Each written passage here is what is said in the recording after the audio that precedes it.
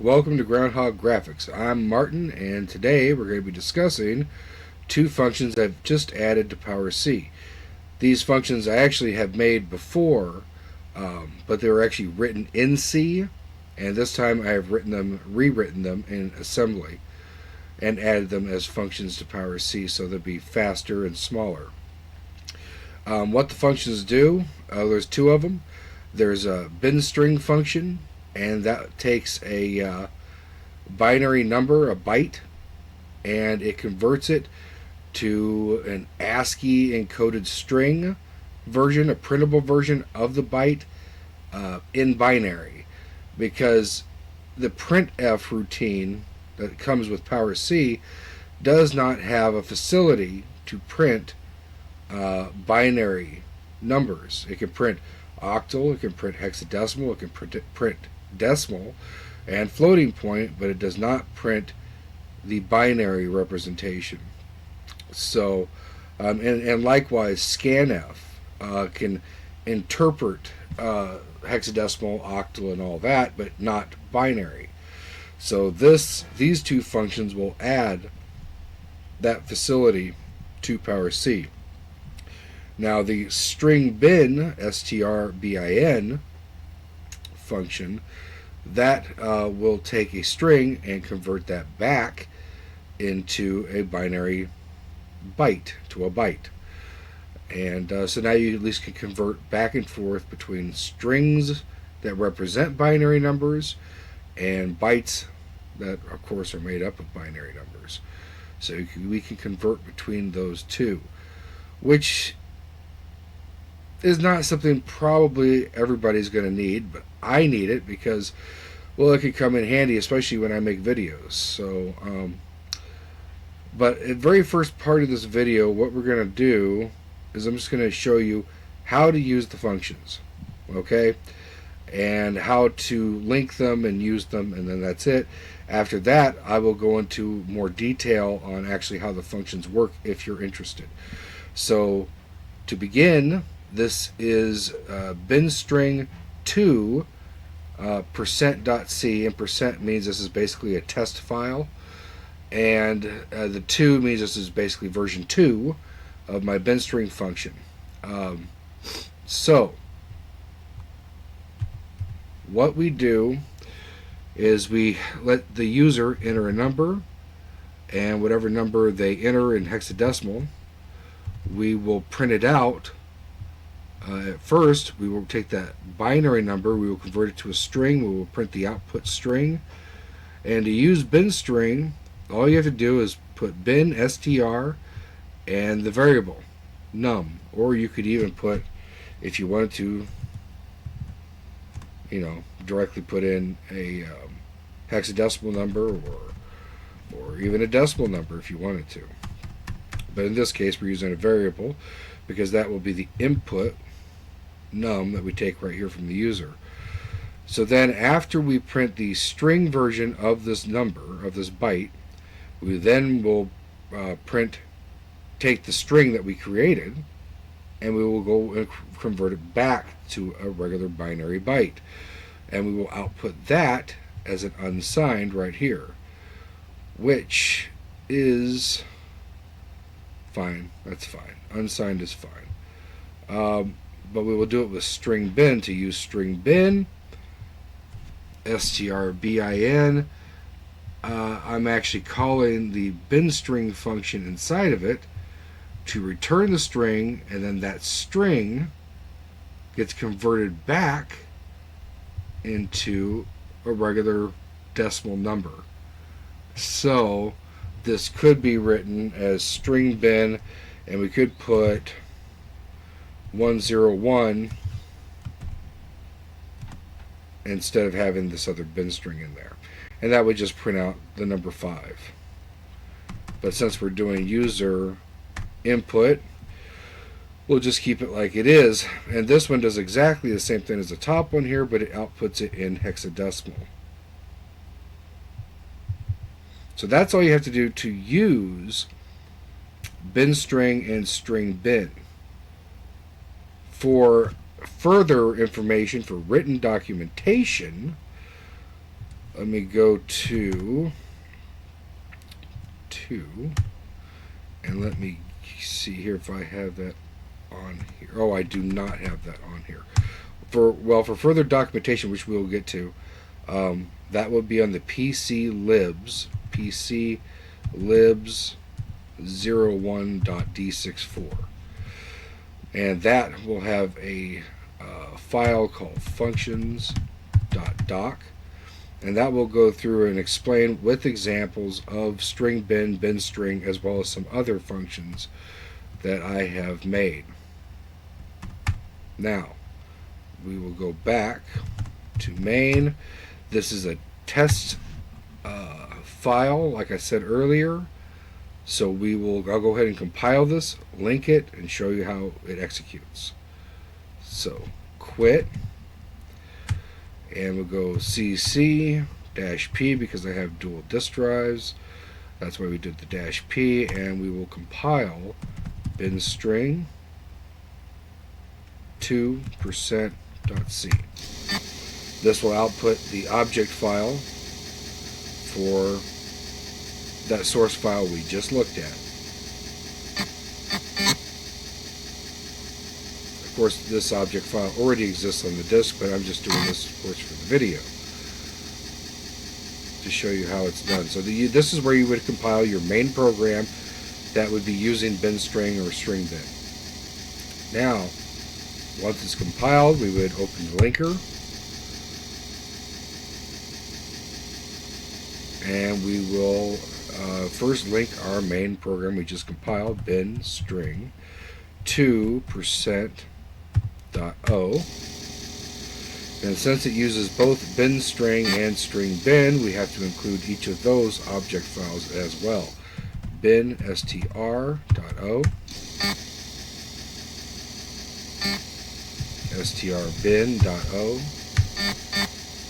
and then we have to use the up arrow to include printf and all the basic requirements of any PowerC program. So we don't hear anything because it's using disk 9, and disk 9 is a D81, and Bytes doesn't provide any sounds for a D81. So that should be it. Hit enter, overwrite my bin string 2%.sh,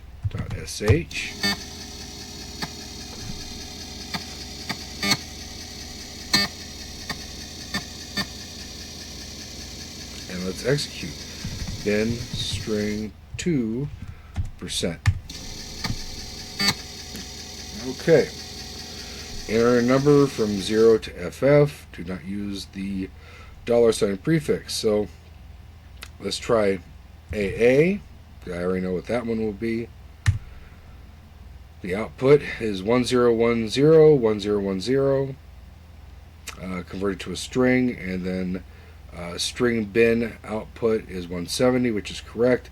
String bin output, of course, is AA, which I just entered hexadecimal, and we can do it again. Now notice, not yet, well, on the next one I'll show you. No, I can't show you exactly because I have to write this.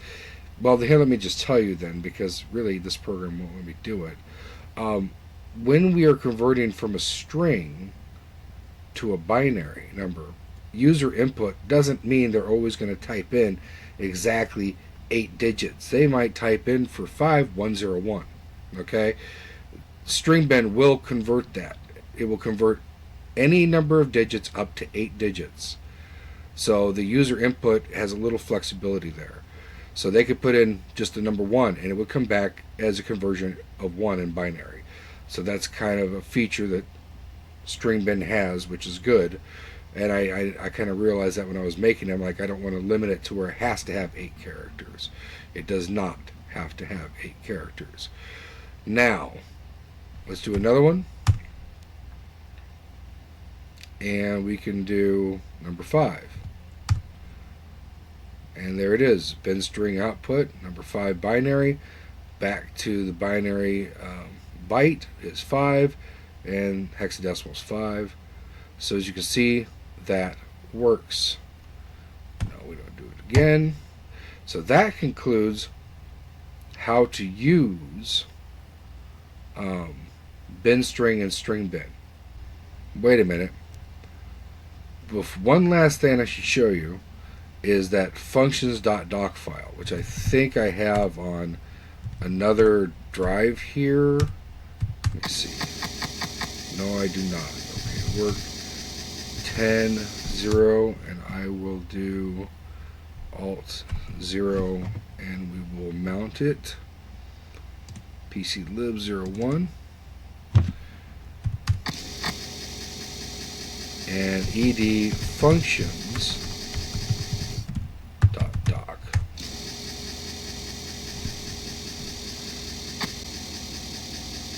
So this is the functions.doc file, and this is where I'm trying to organize all the routines that I make, at least the finished ones that seem to be working very well. I try to put them in this functions.doc file. I have written a lot of functions, and there's functions on GitHub that unfortunately have poor documentation, no documentation, bugs are in them, stuff like that I just didn't take the time to do the documentation on them, the time to debug them properly, and so there's issues. So I'm trying to get this stuff cleaned up, which is kind of probably why I picked the bin string function, the string bin. It just seemed like an easy one to just kind of take on. Even though you say easy, it ends up still taking your entire weekend because you end up writing so much documentation, and then you make little changes, and then you check for more optimizations. So it ends up taking time. Amazing how the simple things end up taking so much time. But this is functions.doc, and it tells you how to go through this file, and a hint and stuff on how to search for things quick if you're looking at it like I am in PowerC. It tells you each section. There's a first section for quick syntax reference. The second section is for the function descriptions and object file location. That means which disk is it on. And the third section is if you actually want to look at the source code, edit source code, test, it tells you the functions and the source files associated with those functions and what disk they're on, so that you can make your own modifications or whatever you want to do. So the very first one's function list. This is our syntax. Bin string right here returns a character pointer. Binary number to string. Here's the binary number you send it. It doesn't even have to be an int. It could be a character. It ignores the high byte of the parameter in the cparms parameter. That whatever you send to the function, it just ignores the high byte. So you can use a character or an int, but int is pretty much standard in C and PowerC, so let's just put it as int. And I didn't even require a header because so far I've used it. I haven't noticed any issues with needing any kind of declaration of this function. But if you did want to declare this function, like let's say you have a problem, you could do character asterisk bin string, leave parameters empty, and just do open close parentheses and a semicolon, and that in your source file, and then you would have your declaration, and it would be fine. At PowerC, we don't have prototypes, we have declarations. Prototypes would show off all the different parameters that something takes, and that will throw an error in PowerC. So you just need a declaration, and it basically just tells the compiler what the return type will be. Now, onward to string bin down here. I have these in alphabetical order. String bin takes character pointer and returns an integer. Actually returns a character, but like I said earlier, returns an int, and no header is needed for this. Int is assumed for all functions in PowerC anyway, so you definitely don't need to put any declaration in for this. Now we go down to the description, function description, and you can find bin string. The location is on the PC libs 01 disk, and it is bin string. Shows you all that, gives you an example, And then if we want to go find the next one, which is towards the bottom, run stop / strbin, hit F3. Here's our string bin, and once again tells you where the disk is, what headers it requires, what it returns, description, converts, blah blah blah, and an example, and even some output. So there it is, plus all the other functions that are finished and working well are all on this disk and listed in this document. I will go back to the top, functions.doc. So that concludes the summary of using these functions with PowerC, compiling your program, and looking up documentation on how to use them. Now we can get into the details of how each function works.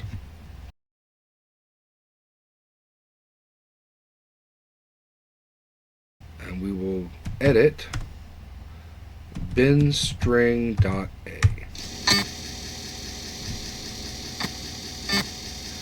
So this will be the assembly version of the binstr function.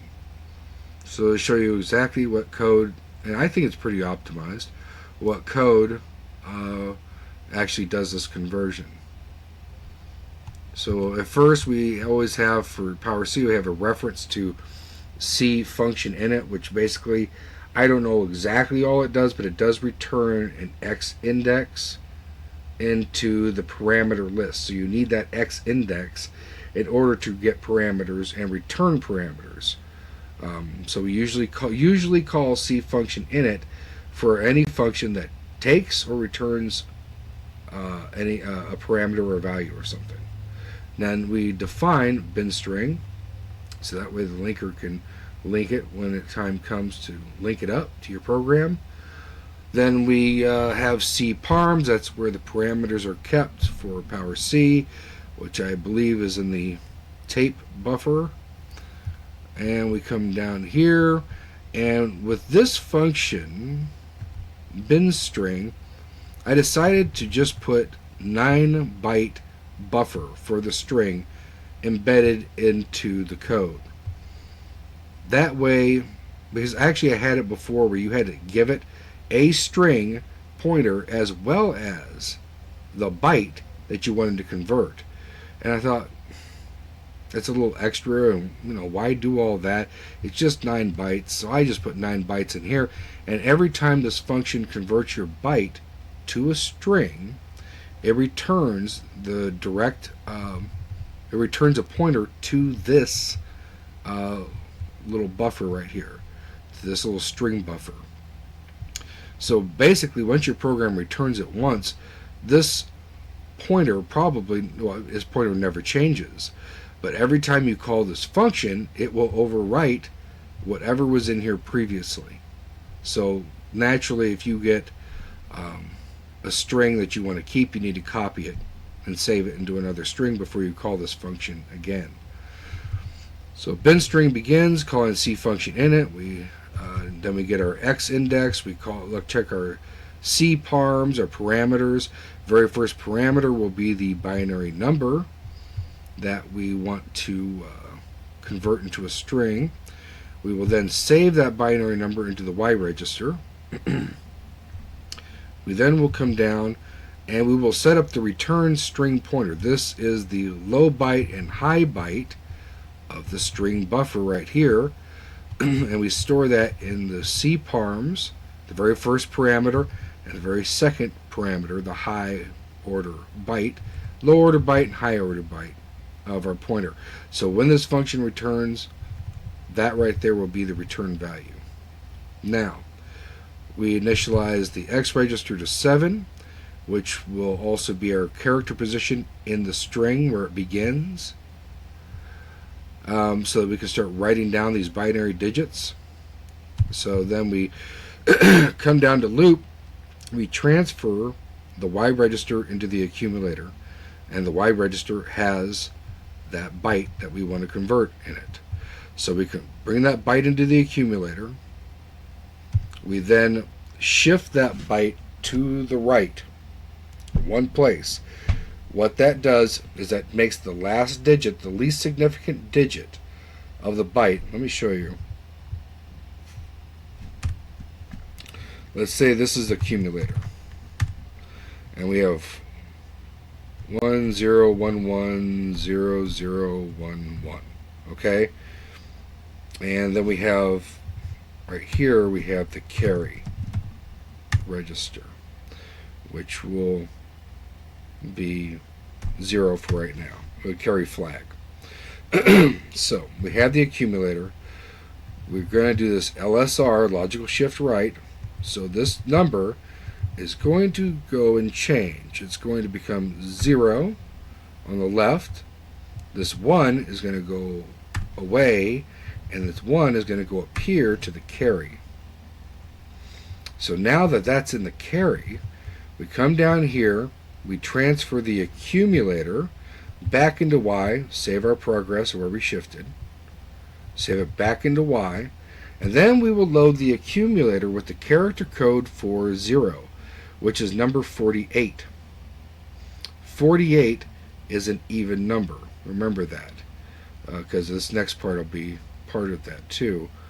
Oh no, that'll be for the next function, so don't even worry about it. Okay, so we will load the accumulator with character code 0, which the character code for 0 is 48.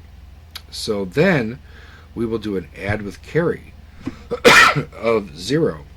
So it adds nothing to the accumulator unless the carry flag is set. And if we were using this binary number, we just shifted it, the carry is set, it will add with carry, it will add that carry to the character code 0, which is 48, which will become 49. 49 becomes the digit 1. So it changes it to the digit 1 based on the carry. We store that in the string x index. We decrement the x index. And as long as the x register is 0 or above 0 is positive, this will continue to loop. It will go back and loop, and we will start over. We will transfer our number from the Y register back into the accumulator, logical shift right again. So we would just come down here, take that 1, carry it up, it's a 1 again. Then we transfer it back to Y register to save it, load the accumulator with the character code for 0, add with carry, there's a carry, so it becomes a 1, store the 1 in the string, and decrement X, and loop again. Then we go up here, bring Y back out to A, to the accumulator, logical shift right again. This time, we get a 0. Carry is not set. There it is. So then we go save the accumulator back to Y, load the accumulator with the character code 0, add with carry, there is no carry, so it remains the character code for 0, which is 48. Store 0 in string, decrement X, still positive, go back up, reloop again, until X goes below 0. When it goes below 0, it will be 255, which will set bit 7 in the X register, triggering the negative flag in the system flag status. It will trigger that. No longer will it be a positive number. It will not branch on plus. The branch will not happen. RTS will occur, and it will return from subroutine. Done. And we already set up our return string above, so that's the end of the function. It goes back, you get the string. Here's your string, and this will contain your string ASCII code version of your binary, of your byte that you gave it. And that is how this works. So overall, this loop basically does your entire conversion. It just runs about 8 times, and then it's done. Now, let's go ahead and look at string bin. So go 1 get strbin.a.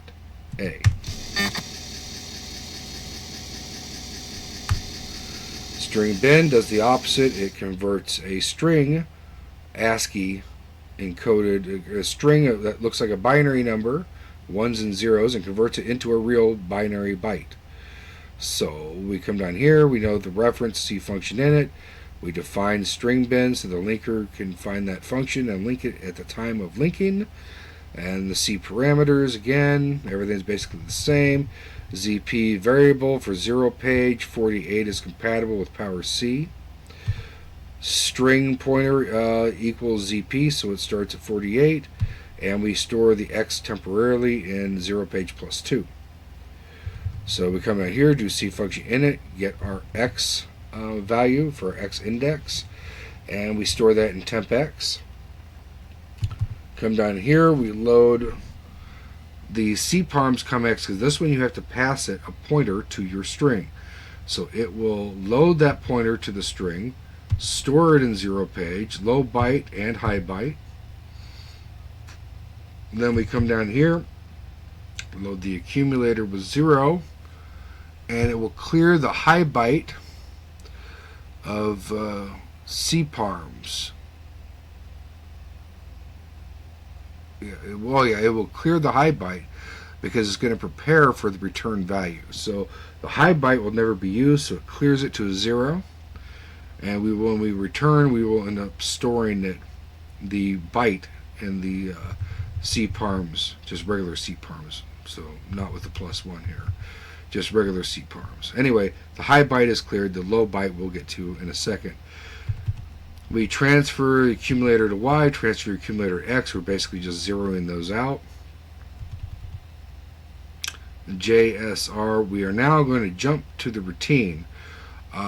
This seemed to be the most convenient method after I had made this routine, was just to JSR into it and then process the return value after.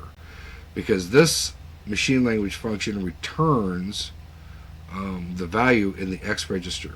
But we need the X register to store the return value, so I had to do a little extra code right here just for power C.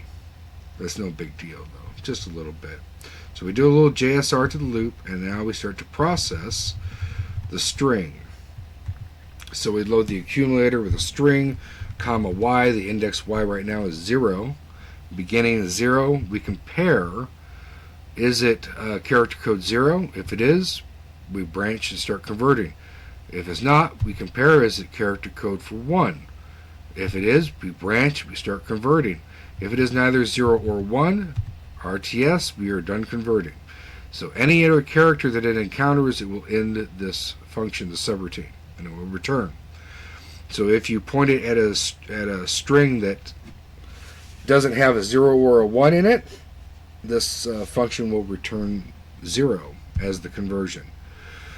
So we go, right here, see when it returns, it goes back up here, transfers X to A, it loads the X register with the temp X for the index into the parameters, it then stores A into cparms comma X, and we know X is 0 right here. So if this never processes and it returns, it transfers 0 into A, into the accumulator, and stores it in the parameters. So you will get 0 if this can't convert anything. But that's not, of course, a good error code, because your binary number could also be just zeros. But if the string, at least you know it doesn't crash, it doesn't cause any trouble, it just returns 0. Now, if we have zeros and ones to work with, we go down to the convert part of this routine. And this will take the character code that we've loaded up here from our string, and it will do a logical shift right on it. Luckily, the character codes for 0 and 1 work out perfectly for this, because 48 ends is an even number. It ends with a binary digit of 0. And then 49, being odd, ends in the least significant digit with a 1. So in order to determine which one is 0 and which one is 1, we just have to shift it to the bit 1 to the right, and put it in the carry. Very convenient. Don't have to do a whole lot of processing with that. Actually, I had made this function before, and I had some ands and ors in it, and then I figured out that and made this function more efficient. So, don't think that I just wrote this down and magically it was all efficient. No, I wrote it down and then got it to work, and then I wrote it down again and corrected and updated, and then went through it again and finally got this version. So, we shift that character code to the right. If it's a 0 or a 1, we'll find out in the carry. We will then transfer X register into the accumulator. This is where we will be storing our binary number that we're converting into. It will be stored in the X register. So we would transfer X to A, which right now is 0, nothing in it. We will then do a roll, which shifts to the left all the numbers in the accumulator, and it takes the carry and puts it on the right side of the binary number. Let's go ahead and demonstrate that. Carry 0, accumulator 1010111, and let's see, is that right now? Accumulator, no, accumulator would be 0, 0, 0, 0, 0, 0, 0, 0, 0. Okay, so let's see, we have our character codes in the accumulator.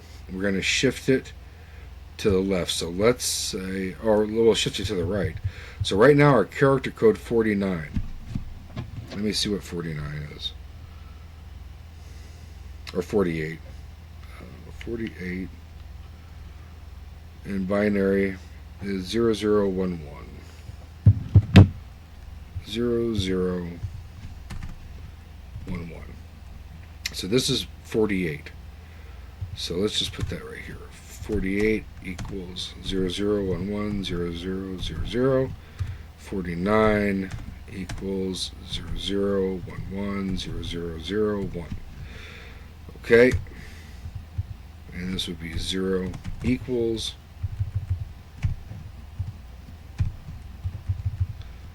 1 equals.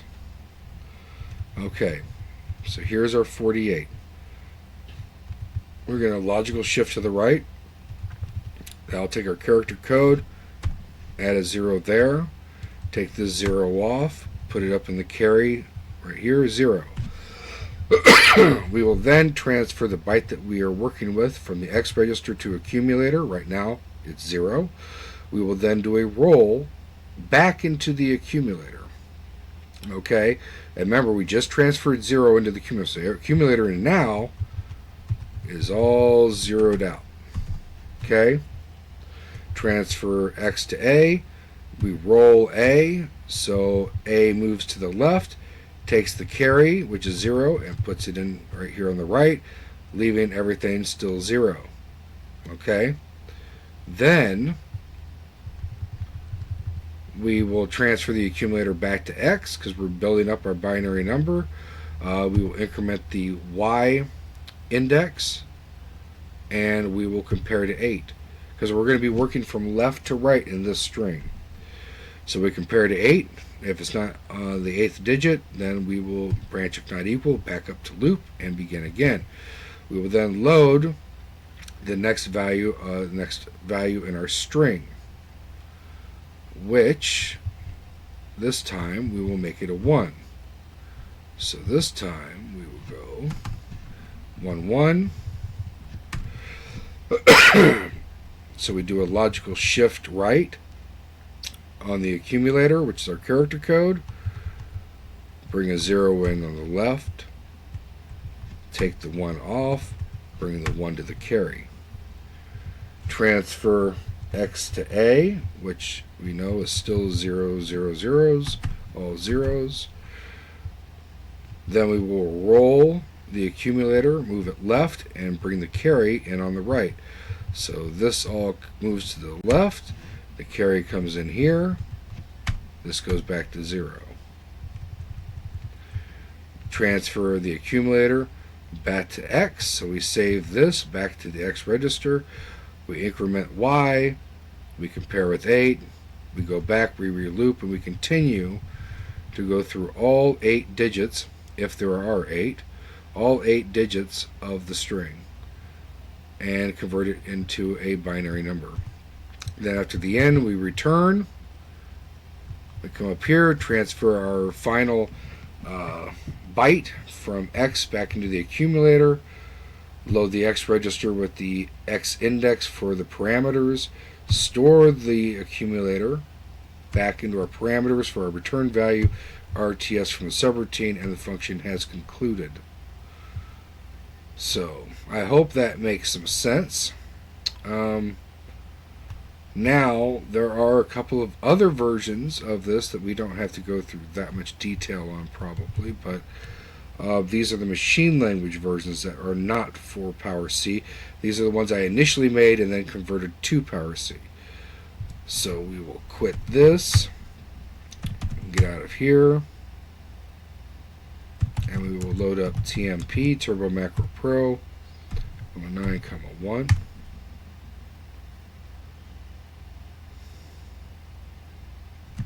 Sys 32768, and we will load the file binstr.asm. Oh, wrong drive. Device 8. binstr.asm.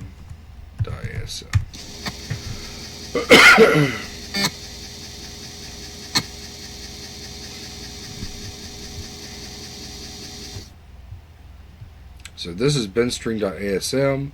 It tells you the usage, how to use it from machine language. This is not PowerC ready. This was taken to PowerC and modified. So the returns are none. Registers affected, AX and Y. So this takes a binary number and outputs it to a string. But how we do it in this one is you actually give it an address of where you want the output to go. So X is the little endian and Y is the big endian, and you see right now we have it set for 400, which is the screen, because the character code as well as the screen code are the same, so this will actually output fine to the screen or to a string. So load it up with a binary number like this, which is 170, and LDX, LDY, and just call it. So we have this right here. This, in this case, we're loading up with accumulator with 5. Going to output it to the screen. It then takes the X and Y, stores them in 0 page for the string pointer for where it outputs it, and we will go ahead and be able to execute this and convert. What are we using here? Binstring will convert a binary number to a string.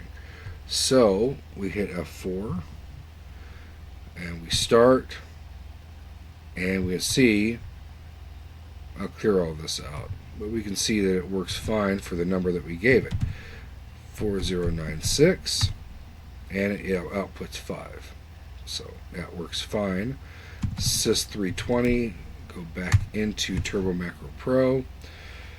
So to use this function, you could just include the source file in your assembly source code. If you're working in Turbo Macro Pro or maybe something else, you can include this in it.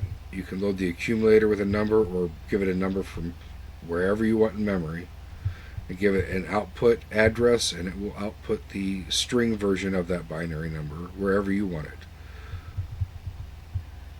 And it works basically the same as what we went through in the C version. So now we've looked at bin string. Let's look at string bin, and we will cold start, load str string bin .asm.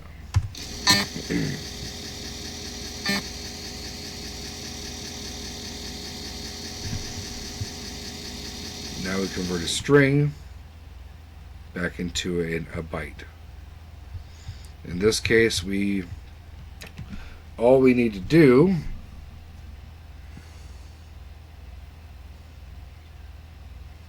is give it a pointer to the string where it will find the ASCII representation of a binary number, and it will convert it and return that byte. It will return it in the X register. So that's all you have to do to convert from a string back into a byte.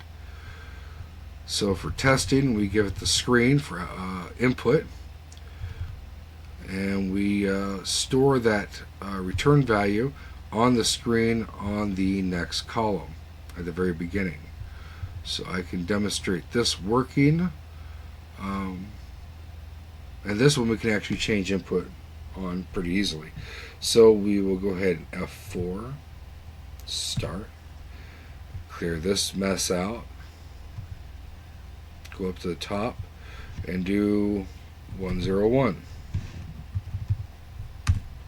SYS 4096. We get an E. Print the peak 1024 plus 40, and we get 5, which is correct. Now let's go for a bigger number. 1010 1010. This should be 170, and it is. But what happens if we add a 1 to it? I've never even tried that. Gives us a U. 850. Oh no. 85. So how did it do that?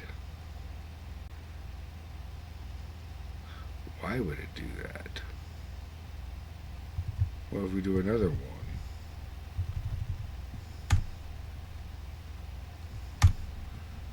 $171.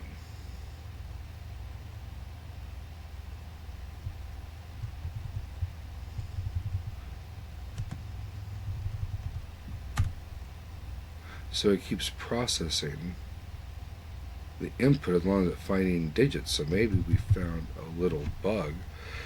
Let me take a look at this. 320. Never even tried that. Okay. So it loads up the string, compares with 8. It shouldn't run past 8. That's why. Right here is the error. CPY 8. Now I think our little problem will stop. Good thing I tested that. So 1 1 1 1 1 1 1 1 0. This should stop at 8. 4096 1024 plus 40 to get our answer. 255. That is correct. So what I was doing was a compare with the accumulator for 8 instead of comparing the Y register. Therefore, our program just kept running as long as it found ones and zeros. It kept processing. So that's why we're getting the strange conversions here. They just kept on going as long as I had ones and zeros. So that was just a little mistake. There's always something. I'll have to check the C version now to see make sure that is a CPY or a CPX, depending on what I did with that version, and make sure it's not a CMP, because that is a bug. So sys 4096. So now this is fixed. That problem doesn't happen. Sys 320. Let's save this.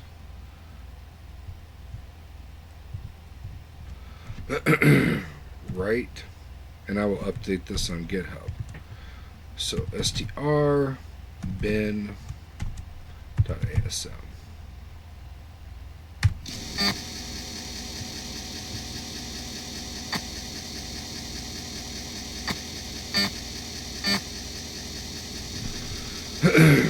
But to use this function, now that we've fixed it, load the X register with the little endian of where you want the output to go, Y register with the big endian of where you want the output to go, call strbin, or not where the output goes, but where the input comes from, because we're converting a string to a binary byte.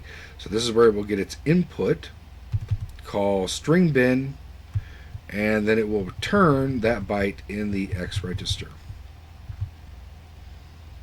And this is the routine that does it. So fairly concise. This could be more compact, but you will be making compromises. You know, if you could take away the comparing for the 0 and the 1 and just do a LSR and get rid of these branches, but any character that's in there, it will accept. So it could be any character and it will convert it into some kind of binary number. I thought it was better to make sure the string conforms to 0s and 1s. That's why I added this to it. So there's other ways to also probably make this a little bit more concise, but you will make sacrifices doing it. This kind of ensures that the string conforms to what's expected. Now, let's go ahead and get out of this. And we go 1, get out of that, load shell, comma 9, and check to see if I have that bug in the C version, because I very well might.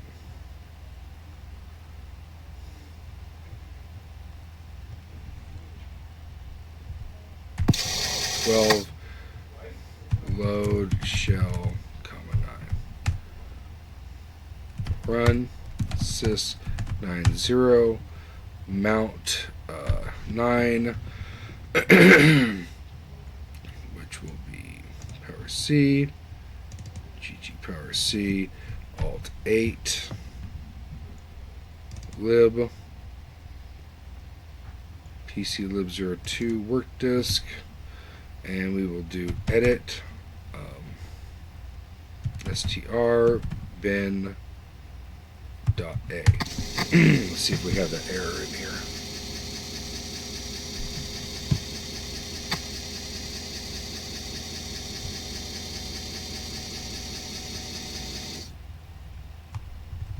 We do a CMP8 INY. Yes, we do have that error. So we will do CPY 8, and now that error is fixed. We will store this and reassemble it. We will go to put this back to disk. strbin.a, reassemble it, and update this on GitHub. So you get to see a reassembly, quit, ASM, strbin.a.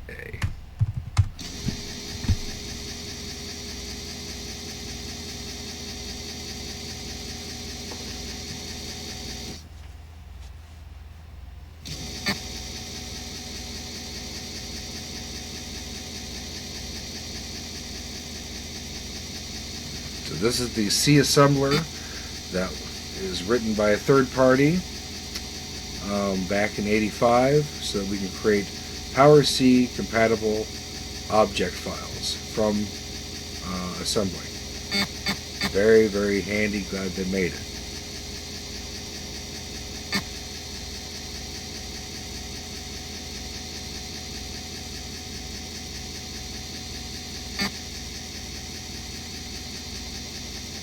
And it works very well.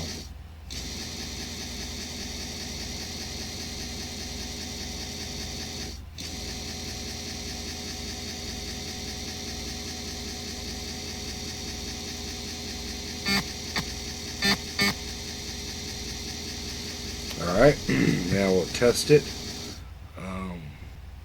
Link. Of course, that won't be much of a test, but we can see if it works at least.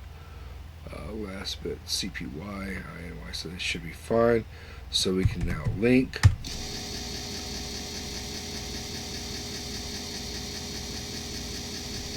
In string 2%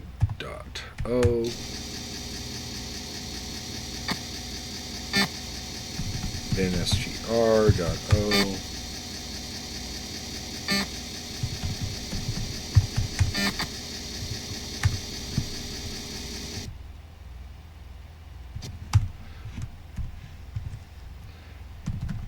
r2%.sh.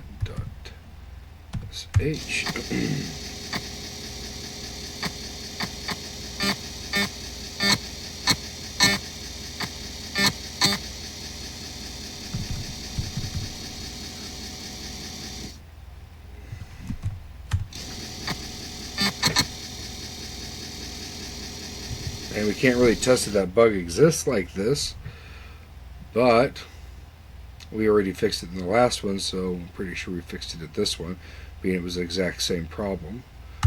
And bin string output, that's right, 170 AA, so let's put in 5, and it's all working fine, so that is updated, bug fixed. And that concludes this video. It seems to be very long for only 2 functions, but like I said, what seems simple ends up taking a long time to complete. Documentation, debugging, optimization, and video. So I appreciate everybody who watched, especially if you watched this whole thing. I hope you enjoyed the video, hope it was educational, and I will see you when I get something new accomplished here. I will see you in the next video. So take care. Bye.